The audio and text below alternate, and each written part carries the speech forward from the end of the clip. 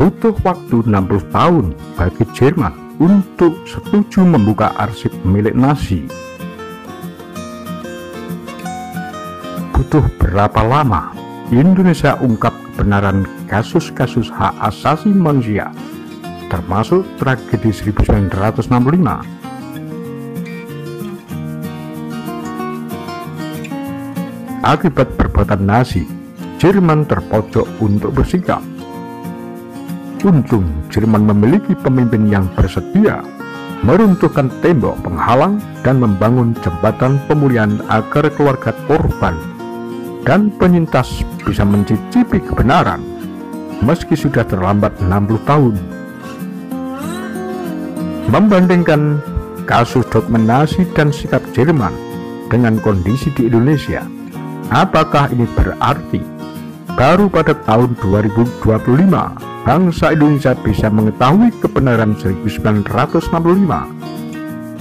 atau pada tahun 2058 untuk mengungkap peristiwa Mei 1998? Pertemuan Monik dengan Paul Shapiro, Direktur Mandel Center for Advanced Holocaust Studies pada Museum Holocaust di Washington DC, Amerika Serikat, pada diskusi umum di Museum Holocaust Melbourne, Australia. Paul Shapiro menyampaikan pengalamannya berjuang membuka data arsip dari International Tracing Service (ITS) atau Layanan Penelusuran Arsip Internasional.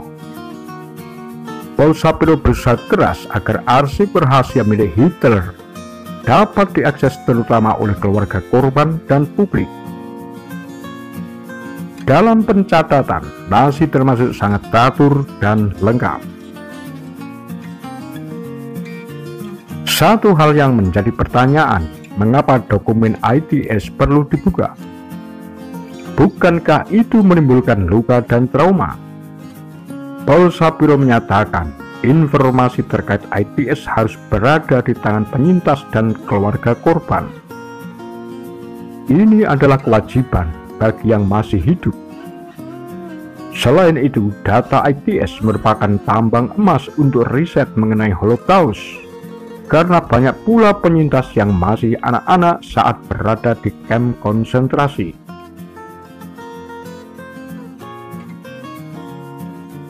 Berkat ITS, maka kebenaran sejarah bisa dibuktikan. ITS menyimpan seluruh data terkait persekusi, pemindahan paksa, kerja paksa, dan Holocaust oleh Nazi dengan jumlah mencapai lebih dari 50 juta halaman dokumen yang berkaitan dengan nasib lebih dari 17.500.000 orang. Arsip ITS awalnya dimiliki oleh Palang Merah Inggris dengan tujuan mengizinkan keluarga melacak keberadaan jutaan orang pengungsi dan orang hilang selama Perang Dunia Kedua. Lokasi penyimpanan ITS secara fisik sekarang bertempat di Bad Arolsen, Jerman.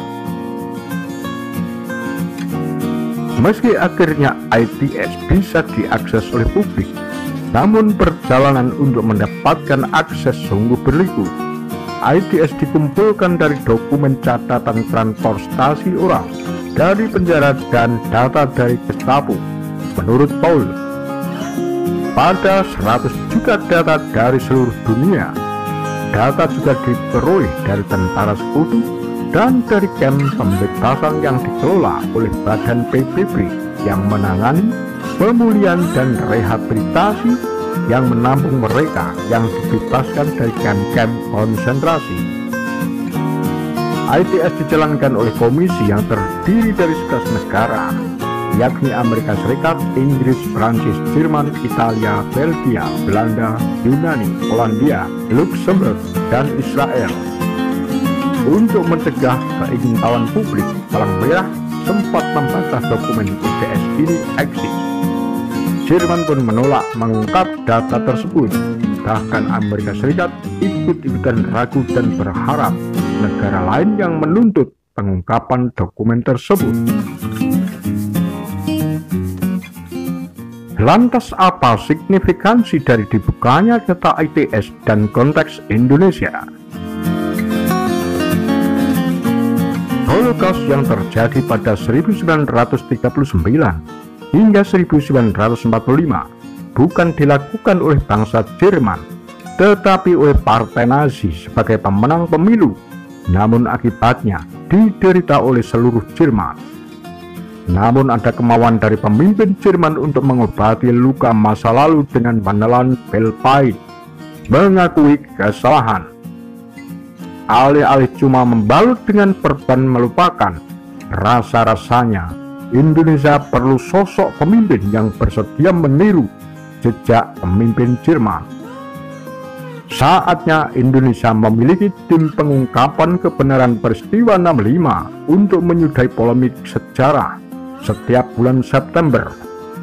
Saatnya kebenaran diperbincangkan dalam ruang-ruang diskusi dan sejarah ditulis tanpa beban masa lalu dan bersih dari intimidasi serta ketakutan. Korban langsung peristiwa 65 saat ini sudah jompo. Mungkin generasi kita adalah generasi terakhir yang dapat mendengar langsung kesaksian mereka.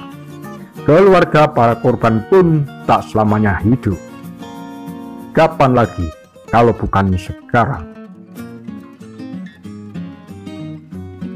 Ditulis oleh Monique Witschers, wartawan independen IVLP alumni, pendiri Hadassah of Indonesia, inisiator Tolerance Film Festival dan inisiator Tagar I Am Brave Indonesia.